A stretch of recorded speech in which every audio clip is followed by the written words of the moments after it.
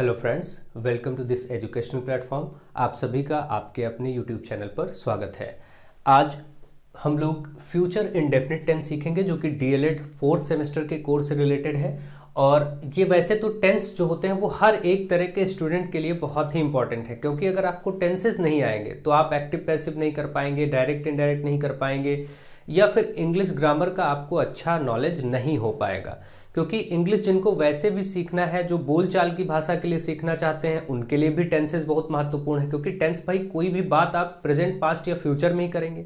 या तो वर्तमान समय की कोई चर्चा करेंगे कि वह सोता है, तुम पढ़ते हो, वह खेल रहा है, वह दौड़ रहा है, वह जाएगा, वह दिल्ली जाएगा, तुम आम खाओगे, या कुछ भी इस टाइप की चीज़ें, जो भी आप सामान्य बातें करते हैं तो वो टेंसेस में ही तो आप कर सकते हैं। तो टेंसेस आपकी बोलचाल की भाषा के लिए भी बहुत ही उपयोगी है, और साथ ही साथ टेंसेस का महत्व हर एक तरह के ग्रामर से संबंधित है, चाहे आप ग्रामर में कोई भी चैप्टर क्यों ना पढ़ रहे हो। ठीक है, सेंटेंसेस बनेंगे, सेंटेंसेस किसी न किसी टेंस के ही अंतर्गत आएंगे। ठीक है, तो ज़्यादातर सबसे बहुत ज़रूरी पार्ट जो आपके इंग्लिश ग्रामर का है वो टेंस है।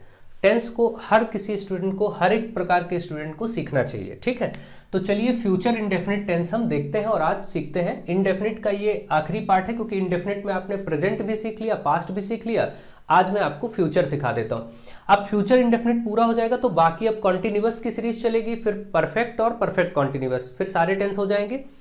इसी बीच में मैं जैसे ही मुझे मौका मिलता है मैं आपको एक्टिव पैसिव भी इनके बताना स्टार्ट कर दूंगा। ठीक है, तो आप सब रेडी रहें, तैयार रहें।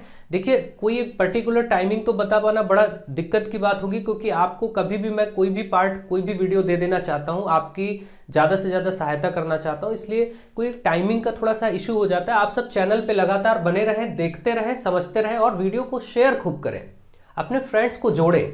इस प्लेटफॉर्म को, आशीष सर स्टडी जोन को आपको बहुत आगे बढ़ाना है, जिससे कि आपको बहुत सारा स्टडी मटेरियल मिलेगा। क्योंकि ये मेरा पर्सनल प्लेटफॉर्म है, आशीष सर स्टडी जोन मेरा पर्सनल चैनल है, तो इस पे मैं कुछ भी आपको कितने भी लेवल पे पढ़ा सकता हूँ, कोई भी सब्जेक्ट पढ़ा सकता हूँ, कोई दिक्कत नहीं है। यहाँ कोई बाउंडेशन नहीं, आपको यहाँ पर ऐसी चीज़ें मिलेंगी, ऐसा स्टडी मटेरियल मिलेगा जो आपको जनरली नहीं मिल पाएगा और कहीं। ठीक है, तो आप सब इसको बढ़ाइए आगे। अब देखिए, फ्यूचर इंडेफिनिट टेंस की जो पहचान है वो क्या है। फ्यूचर इंडेफिनिट टेंस की जो पहचान है, या आइडेंटिफिकेशन जिसको कह सकते हैं, कैसे पहचानेंगे, कैसे आइडेंटिफाई करें, कैसे पहचानें, तो इसमें अंत में हमेशा आपको गा, गी, गे इस टाइप की चीजें दिखेंगी। भाई सामान्य रूप से आप खुद ही सोचिए, ठीक है, इस टाइप के आपको शब्द लगे मिलेंगे। भाई कुछ भी आप बोलेंगे फ्यूचर में, अगर आप बोल रहे हैं कोई बात, तो आप यही बोलेंगे वह दिल्ली जाएगा, तुम सेब खाओगे, वह गाना गाएगा, वह एक पत्र लिखेगी, ठीक है, वह सोएगा, हम खेलेंगे, वे नाचेंगे। तो गा, गी, गे तो आना ही आना है। ठीक है, ये सामान्य पहचान हो गई। अब इस सामान्य पहचान के अंतर्गत हम वही तरीका अपनाएंगे जो टेंस में हमेशा चलता है। पर जो हेल्पिंग वर्ब यूज होगी, सेंटेंस में जो हेल्पिंग वर्ब यूज किया जाएगा फ्यूचर इंडेफिनिट में, वो एक आपका विल प्रयोग होगा और एक आपका शैल प्रयोग होगा। ये दो प्रकार की हेल्पिंग वर्ब आपकी प्रयोग होंगी। ठीक है, ये दो प्रकार की जो हेल्पिंग वर्ब है, इसको आपको समझना है। इसमें सबसे पहले आप शैल को समझ लीजिए। जैसे कि शैल कहाँ पर लगेगा, आई और वी जब भी आएगा तो शैल लगेगा। भाई जब भी कोई ऐसा सेंटेंस बोलना है कि मैं दिल्ली जाऊंगा, तो क्या बोलेंगे, आई शैल गो टू दिल्ली। मैं आम खाऊंगा, आई शैल ईट मैंगो। तो इस तरीके से आई के साथ शैल लग जाएगा। ऐसे ही होगा कि हम फुटबॉल खेलेंगे, तो वी शैल प्ले फुटबॉल, शैल लग जाएगा। तो आई और वी के साथ शैल लगा के बोलेंगे।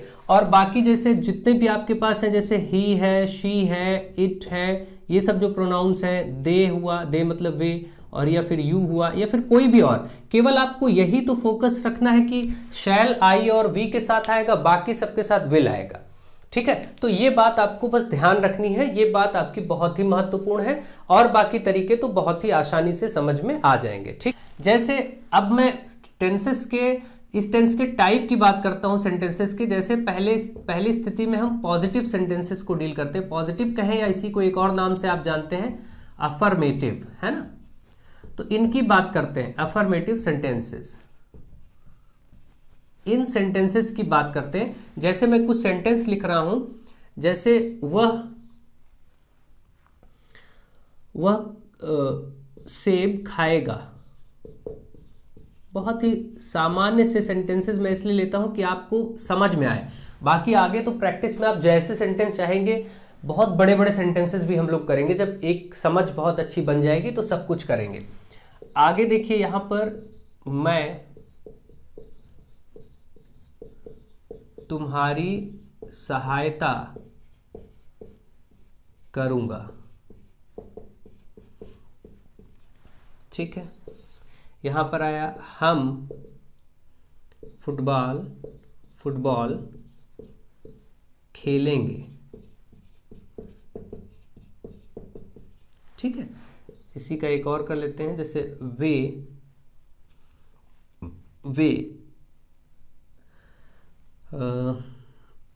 किताब पढ़ेंगे, ठीक है। अब देखिए, अब इनको हम ट्रांसलेट कैसे करेंगे, इसका तरीका मैं आपको बता देता हूं। पहले आप स्ट्रक्चर देख लीजिए क्या तरीका है, कैसे ट्रांसलेट करते हैं। सबसे पहले आप इसमें सब्जेक्ट लिखेंगे, ठीक है। सब्जेक्ट यानी जिसके बारे में बात हो रही है, सब्जेक्ट यानी कर्ता जो कार्य कर रहा है। जैसे वह, यहाँ पर सब्जेक्ट है, वह सेब खाएगा। कौन सेब खाएगा? वह, तो वह यहाँ सब्जेक्ट हुआ। मैं तुम्हारी सहायता करूंगा, तो कौन सहायता कर रहा है? मैं, तो आई यहाँ पर सब्जेक्ट हो जाएगा। आई का मतलब मैं होता है। हम फुटबॉल खेलेंगे, किसके बारे में बात हो रही है? हम के बारे में। हम मतलब वी हो जाएगा। इसी तरीके से वे किताब पढ़ेंगे, किसके बारे में बात हो रही है? वे मतलब दे होता है, तो दे यहां हो जाएगा। तो सब्जेक्ट का मतलब ये हुआ। सब्जेक्ट लिखने के बाद आपको विल या फिर शैल में से जो लगे, ये मैंने रूल बता दिया कहां विल और शैल लगेगा, आप ध्यान रखिए, वो लगा दीजिए। और प्लस वर्ब की फर्स्ट फॉर्म लगेगी और ऑब्जेक्ट आ जाएगा। बस इतना सा स्ट्रक्चर है, इसी के हिसाब से सारे ट्रांसलेशन हो जाएंगे। देखिए कैसे होगा। यहां पर जैसे वह सेब खाएगा, तो वह का क्या होता है? ही। अगर ये लड़की होता वह सेब खाएगी तो शी हो जाता, तो यहां पर हो जाएगा ही। अब देखिए ही के साथ क्या लगेगा? विल ही तो लगेगा। तो आप देखिए सब्जेक्ट आपने लिखा ही, इसके बाद विल या शैल में से एक, तो हमने डिसाइड किया विल, क्योंकि ही के साथ विल आता है, ही विल। और खाना, खाएगी मतलब कोई चीज खाने को क्या कहते हैं? ईट। ईट मतलब कोई चीज खाना।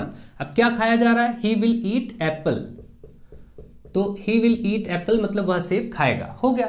इसी तरीके से मैं तुम्हारी सहायता करूंगा, तो मैं का क्या होगा? आई, और आई के साथ क्या होता है? शैल। देखिए मैंने बताया ना, आई और वी के साथ आपको शैल लगाना, तो आई शैल हेल्प यू, तुम्हारी सहायता इसलिए हेल्प यू, ठीक है। देख रहे हैं हम फुटबॉल खेलेंगे, तो हम का क्या होगा? वी, और वी के साथ भी क्या लगता है? शैल। तो वी देखिए सब्जेक्ट हो गया, फिर शैल लग गया। अब वर्ब की फर्स्ट फॉर्म और ऑब्जेक्ट करना है। वर्ब की फर्स्ट फॉर्म क्या, यहां पर खेलने की बात हो रही, तो प्ले मतलब खेलना, तो यहां हो जाएगा वी शैल प्ले। और क्या खेलना? फुटबॉल, तो यहां पर फुटबॉल, ठीक। वे किताब पढ़ेंगे, वे का मतलब हो गया दे, और दे के साथ विल आएगा, क्योंकि केवल आई और वी के साथ ही तो शैल आता है, बाकी सबके साथ विल आता है, मैंने बताया आपको। तो आप बोलेंगे दे विल, पढ़ना क्या होता है? रीड, रीड बुक, ठीक। इस प्रकार से ये ट्रांसलेशन हो गया। अगर कोई नेगेटिव सेंटेंस है, यहीं पर मैं आपको नेगेटिव भी बता दे रहा हूं, चलिए यहीं पर मैं बढ़ा दे रहा हूं नेगेटिव सेंटेंसेस। अगर यही होता कि मैं तुम्हारी सहायता नहीं करूंगा, तो देखिए अब मैं यही बदल रहा हूं, नहीं करूंगा, बदल दिया। तो अब आप क्या करेंगे? यहां पर आई शैल नॉट, फिर यहां पर क्या हो जाएगा? आई शैल नॉट हेल्प यू। तो आपने देखा कि यहां पर नॉट कहां आया? शैल के तुरंत बाद। इसी तरीके से शैल के और विल के तुरंत बाद नॉट का प्रयोग कर लेंगे। अगर नहीं इनमें सब में बोलना हो, वह सेब नहीं खाएगा, तो क्या हो जाएगा? He will not eat apple. मैं तुम्हारी सहायता नहीं करूंगा, I shall not help you. हम फुटबॉल नहीं खेलेंगे, we shall not play football.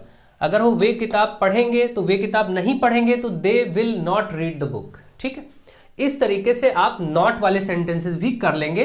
Not वाले सेंटेंसेस में कोई आपको प्रॉब्लम नहीं होगी। अब मैं सीधे इंट्रोगेटिव सेंटेंसेस की तरफ चलता हूं, और डबल इंट्रोगेटिव यानी सेकेंड टाइप।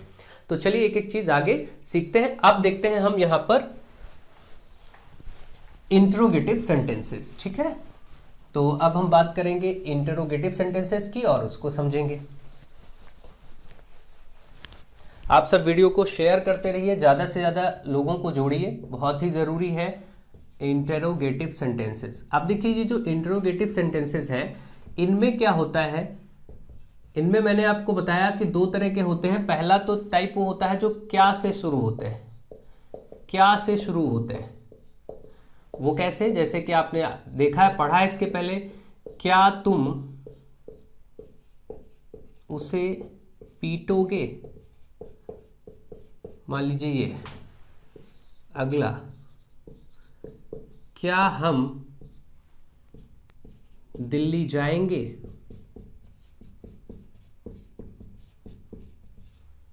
ठीक है। तीसरा, क्या वे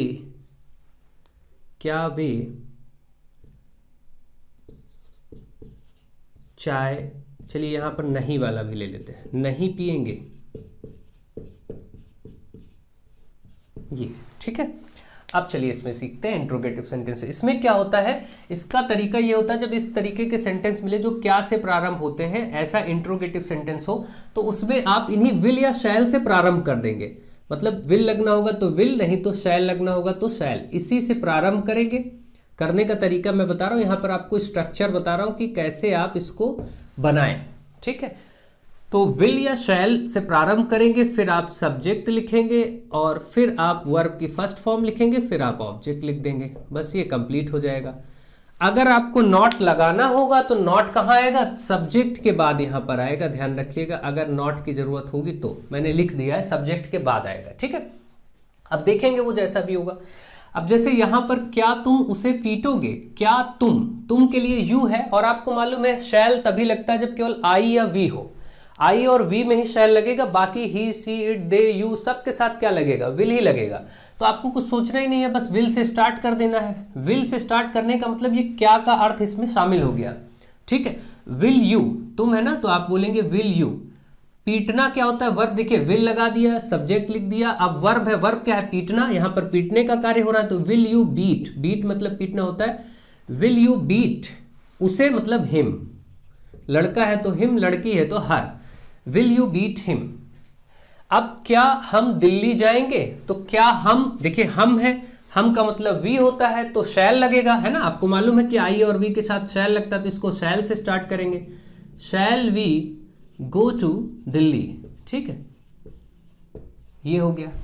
इसके बाद है क्या वे चाय नहीं पिएंगे, अब वे है मतलब दे होगा तो इसके साथ विल ही आएगा, विल दे, दे मतलब वे होता है, विल दे। और नहीं आया है तो मैंने क्या कहा था, तुरंत इस सब्जेक्ट के बाद ही आपको नॉट लगा देना है, तो आप यहां लिखेंगे विल दे नॉट। देखिए विल हो गया, फिर सब्जेक्ट दे हो गया, फिर नॉट था तो नॉट आ जाएगा, फिर वर्ब की फर्स्ट फॉर्म और फिर आगे ऑब्जेक्ट।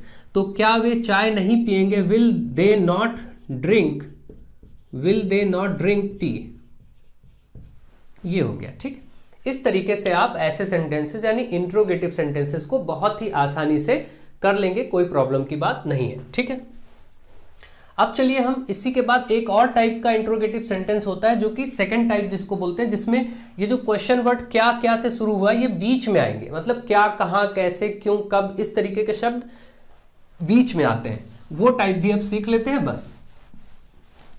तो इसी को क्या बोलेंगे, सेकेंड टाइप इंट्रोगेटिव। जो अब हम सीखने जा रहे हैं वो है सेकेंड टाइप इंट्रोगेटिव। तो आप यहां पर बस इतना बढ़ा लीजिए, सेकेंड टाइप इंट्रोगेटिव सेंटेंसेस। ठीक, अब ये देखेंगे इसमें आपको क्या दिखेगा, इसमें ये जो क्या, क्यों, कैसे, कहां, ठीक है, इस टाइप के जो सेंटेंसेस हैं या फिर कब, ये सब कहां मिलेंगे, बीच में, वाक्य के बीच में, ये मिलेंगे वाक्य के मध्य में, यानी बीच में, मध्य बोले या फिर बीच में बोले, ये होगा। तो अब जैसे मैं आपको सेंटेंस लिखता हूं कि वह कब आएगा, भाई आप पूछते हैं कि कोई अगर आना है तो आप बोलते हैं वह कब आएगा। दूसरा, तुम कहां खेलोगे, ठीक है। तीसरा, हम कल कहां जाएंगे।